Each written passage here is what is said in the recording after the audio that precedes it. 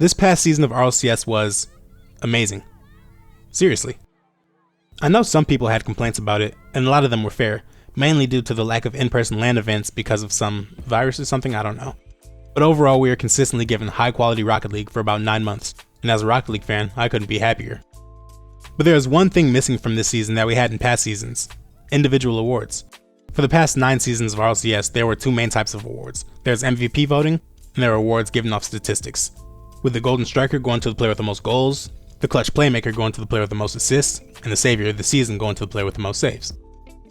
But this year we had the Lamborghini Open MVP and the Verizon 5G Ultra, whatever. The point is that it wasn't the same. So to fill the void, I'm going to name 3 All-Pro teams with 3 players each in the first episode of my new series, RLCS Breakdown. Today's episode will focus on North America, with my video on Europe coming sometime next week. Sorry to Oceania and South America, I still have love for you guys too. Before I discuss each player in depth, this video will be a long one, so I'm going to list the full teams now, along with the timestamp of their portion of the video. If you want to skip to a certain player, fast forward to the given time, or you can also find timestamps in the description. But if you plan on sticking around for the whole thing, then let's get into it. Honestly, not only do I think that Firstkiller is the most valuable player in his region, but I think that he's the best player in the world. It's close between him and some other players, some of them I'll get to in a bit, but the thing that sets First apart is his ability to be elite on every part of the field. In high-level Rocket League, players rotate positions constantly, which means that you need to do everything well if you're going to benefit your team. It's great to be an excellent offensive player, but if your defense can't keep up with the other team, then it's not enough. But in Firstkiller's case, he isn't just good at everything, but he's elite at every position. If you need him to be a backline defender, then he'll be the best backline defender on the field. If you need him to be a playmaker with the ball, he'll be the best at that too. Same goes if you need him to be an off-ball poacher and ready to take a top corner shot, or a midfield disruptor on defense. Any role that needs to be filled, there usually isn't a player on the field that will do it better than First. And since he was first in North America in goals per game, while also being top 5 in saves and top 15 in assists, he put his versatility on display all season.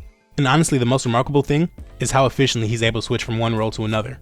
Take this play from the North American Championships, Game 3 of the second series against Space Station. A game where First had over 1,000 points, while Rogue went on to lose the series, prompting this tweet from Arsenal. That's rough, buddy. After his first teammate gets the ball taken from a mid-air dribble, and the second teammate is beaten by an infield pass off the wall, First is left by himself on defense, in a 2v1 against Sypical and Arsenal.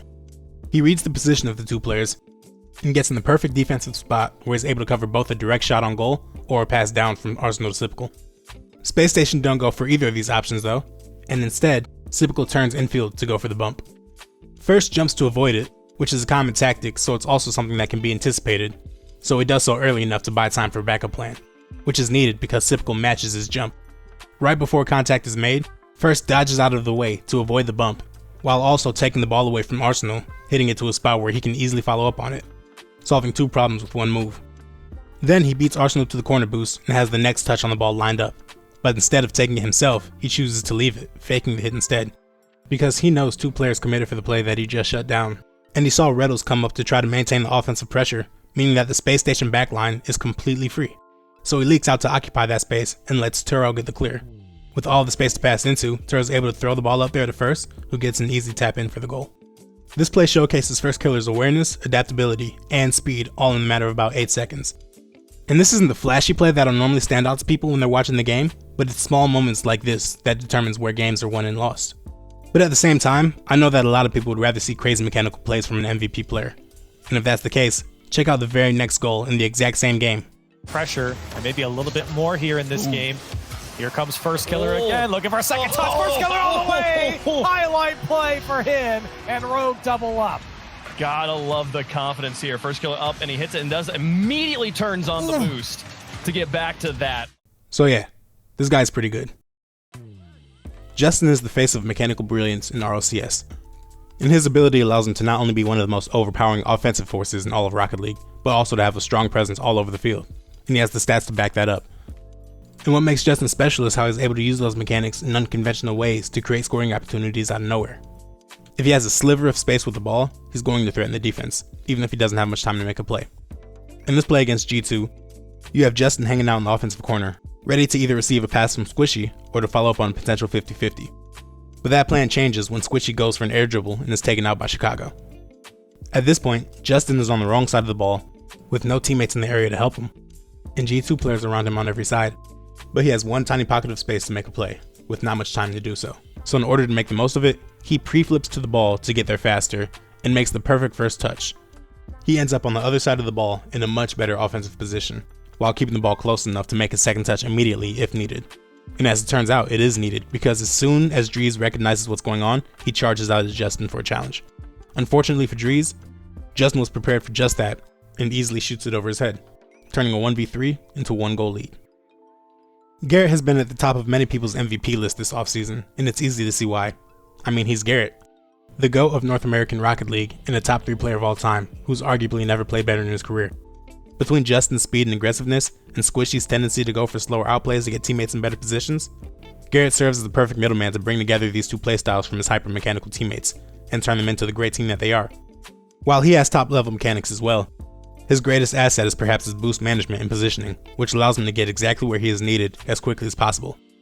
In North America, Garrett is second for the least amount of time spent at 0 boost, while also spending the third most time between 50 and 75 boost. This great boost management, coupled with always being in the right spot, allows him to have the ability to make a play on the ball whenever it is needed. But if there's one thing I could point out from Garrett in particular, it would have to be his double touches. Garrett is one of the best players at finding and executing double taps. In the RLCS X games, he had 2 great ones back-to-back against Space Station. Following up on the pass that was intercepted by Squishy, Garrett takes flight for the shot before the ball even hits the ground, and seeing that his angle to net is covered by Arsenal, he opts to go for the open spot on the backboard. But Arsenal is a smart player and knows what's coming next, so he adjusts his direction in the air to try to close off the angle for the double tap shot, which he does somewhat successfully. Typically for double taps, the shooter wants the ball to come off the wall a bit so they have a better angle to shoot at on net, and Arsenal is positioning himself to stop that. However, Garrett isn't your typical player, and instead takes his second touch nearly immediately after the ball hits the wall, which decreases his shooting angle, but the quick second touch takes Arsenal out of the play completely, and ensures that Sypical doesn't have enough time to rotate back to save the shot. Garrett hits the ball confidently and knocks in the goal. The next goal in the same game shows his ability to find a unique approach for the double tap, starting it from near the sidewall. He uses the quick aerial to elevate and get over Reddles, then once he does so, quickly turns his card downward and boosts again to stop that upward momentum so he doesn't take himself out of position for a shot. And then he hits a precise shot over the goalie and under the crossbar. Mist is the model of consistency for Team Envy, especially on the offensive end. When he left his former teammates Gyro and Reddles in search for a larger offensive role, not many people expected it to pay off as much as it did, except for Mist himself. Every touch that he takes, he does so with power and pinpoint accuracy, making him one of the best scorers in the region. His great shooting also contributes to his high number of assists. The shots that he takes that don't go in still put the defense in an awkward position for the clear, allowing for one of his teammates to clean up for the easy finish. Next to his teammates Atomic, a creative and unpredictable playmaker, and Turbo, a positioning genius and one of the smartest players that this game has ever seen, you have a well-oiled machine on offense, with every cog falling perfectly into place. The special 1-2 connection between Mist and Atomic is shown in this play from the championships. The play starts with Atomic trying to hit Turbo with a drop-down pass, which gets cut out by Reddles, and the resulting 50 rolls all the way out to Mist on the other side of the field, who has tons of space to work with. A lot of players would use the space to either dribble or air dribble to put pressure on the defense, but instead of looking for a solo play, he looks for Atomic, who has run up the defense's back wall while Mist is lining up his next touch. With that touch, Mist throws a banger straight to Atomic, even using a single jump underneath the ball to get a little bit more power on it without changing the accuracy he's looking for. Atomic jumps off the wall and redirects all of that power from Mist hit into a perfect pass with an upside down front flip, sending the ball right over the space station crossbar. The speed on this pass gives the defense less time to read the ball, while Mist lines up the shot, which he does perfectly, beating the defenders to the ball and placing it in a spot where there's no chance of it being saved. Since Sypical is the only player from Space Station I have in this video, let me just say one thing about the team as a whole. They are so smart, and I love watching this team play. It might seem like I'm picking on them with the highlights that I've chosen so far, because for 3 out of the 4 players I've highlighted, I use plays against Space Station. But a lot of the time, that's the caliber of offense that you need to score against these guys. They have a great all-around awareness of the game that allows them to be especially dominant on the defensive end. As a team, they finished second in goals per game allowed behind NRG, and their opponents had the lowest statistical score out of anybody in North America. And even some of the plays that I talked about earlier start with the Space Station player shutting down another play that was already developing. Their playstyle often gets called boring because it's predicated more on smart plays than flashy plays, but that's the type of thing I'd love to see. And this smart playstyle translates to the offensive end as well. They're kind of like the San Antonio Spurs of Rocket League, back when the Spurs were still good at least. They use each other so well on the offensive end, and they never rely on just one player to break the game open. Like, look at this play. Squishy, Reddles will pick this up. Maybe a setup here as Sypical waits for Squishy's clear. He has Reddles down in front. He sees Arsenal in the wing. He's got Look at Sypical the back. passing. Where's this pass to Reddles? Back to Arsenal. Oh my goodness! Unbelievable passing from Space Station Gaming. They picked him apart. Yeah, that's just so boring. But anyways, on a team full of geniuses, Sypical stands out as the one true Jimmy Neutron. He is one of the most well-balanced players you could find, having no weaknesses in this game, and it's very rare that you find him making any type of mistake on the field. If you could clone Sypical twice and put all three of them on the same team, you would easily have one of the best teams in the world. In Spring Regional 2, we have an offensive sequence for Envy, as they're throwing everything that they have at the Space Station defense. It starts with a great pass from Turbo, getting 2 touches off the sidewall, and he hits it off the back wall right above Reddles, who sideways to the ball while he's on the wall, making any follow-up hit from him extremely difficult. He's unable to connect, leaving Sypical and Arsenal on the goal line. Sypical is closer to the ball, but instead of going for a hard clear that would just give the ball right back to a rotating Envy player, he instead waits in front of the ball, covering his net, while going for a safer 50-50 to hit the ball to the side, and potentially let a teammate get the next hit. Unfortunately for him, it ricochets off the corner, directly into mist, allowing Envy to keep possession, who then manages to block Reddles' attempt at a clear. He then throws a pass over Arsenal straight to Atomic, for him to shoot into a wide open net. But instead, we have Sypical rotating back from his 50-50 to make a heroic diving save, popping it right over his crossbar before Atomic's able to take the shot. From there, Reddles is able to walk it out with low boost and gets a 50-50 that goes directly infield to Sypical, who's waiting for it. Finally, Sypical takes a perfect crossfield shot that goes directly between both rotating Envy defenders, giving his team the win despite all the pressure that they're facing. Rounding out the second team, we have the first head of G2's two-headed monster on offense. Both Chicago and JKnaps finished in the top 4 in goals and assists in the region. In fact, their stats across the board were nearly identical. Given each player's ridiculous production and their ability to feed off one another, I rate them about the same. But since there's only room for one of them on the second team, I'm going to go with Chicago, because he's the one that enables G2 to play their suffocating offensive style. He does this by cutting off the defense's resources and pressuring the defense in any way possible when he's off the ball. Chicago is top 5 in boost used, boost collected, and boost stolen per game, so while G2 is in the offensive half putting on pressure, you have Chicago running around the back line, taking all of the boost and looking for bumps to make sure that G2 has the speed advantage, while his team keeps the ball on the offensive side of the field. After he steals the boost, he loves to make short rotations to stay in the play, getting in position to take the next shot or pass. After a while, the pressure becomes too great for the defense to handle, and the ball's in their net. A great example of this pressure came against FaZe in the Spring Major, where we're going to see nearly a minute of G2 offensive pressure. The ball goes into the offensive corner, and the second the ball gets behind him, Chicago turns off ball cam and looks at what's ahead of him. He sees that the corner boost is gone, so to maintain pressure, he immediately turns and looks to hit an opponent. AyyJayy manages to dodge him twice, but Illusion isn't so lucky. With the demo, he's cleared the way for his teammates to move in and maintain the offensive pressure, so he rotates back to fill his boost, while his teammates keep the ball on offense. Once he gets that boost, he goes right back to the offensive side and immediately goes for a 50-50. Again, the ball goes behind him, and again he turns ball cam off. This time he sees that the boost is still there, so he goes to steal it. Once he grabs it, he takes another short rotation to take a quick shot that gets saved. He stays near the ball to make sure that the defense can't get comfortable, getting multiple touches on the ball to disrupt FaZe's attempt to clear. And once the ball goes behind him again, he gets another boost steal and another short rotation. Even when FaZe finally manages to get the ball past the halfway line, AyyJayy has 7 boosts, Gyro has 23, and while Illusion has 86, he's not nearly close enough to make a play on the ball. Gyro uses the boost that he has to get one last touch into the G2 half, which goes straight to Chicago, who passes it over to Drees, who puts the ball right back in the offensive half.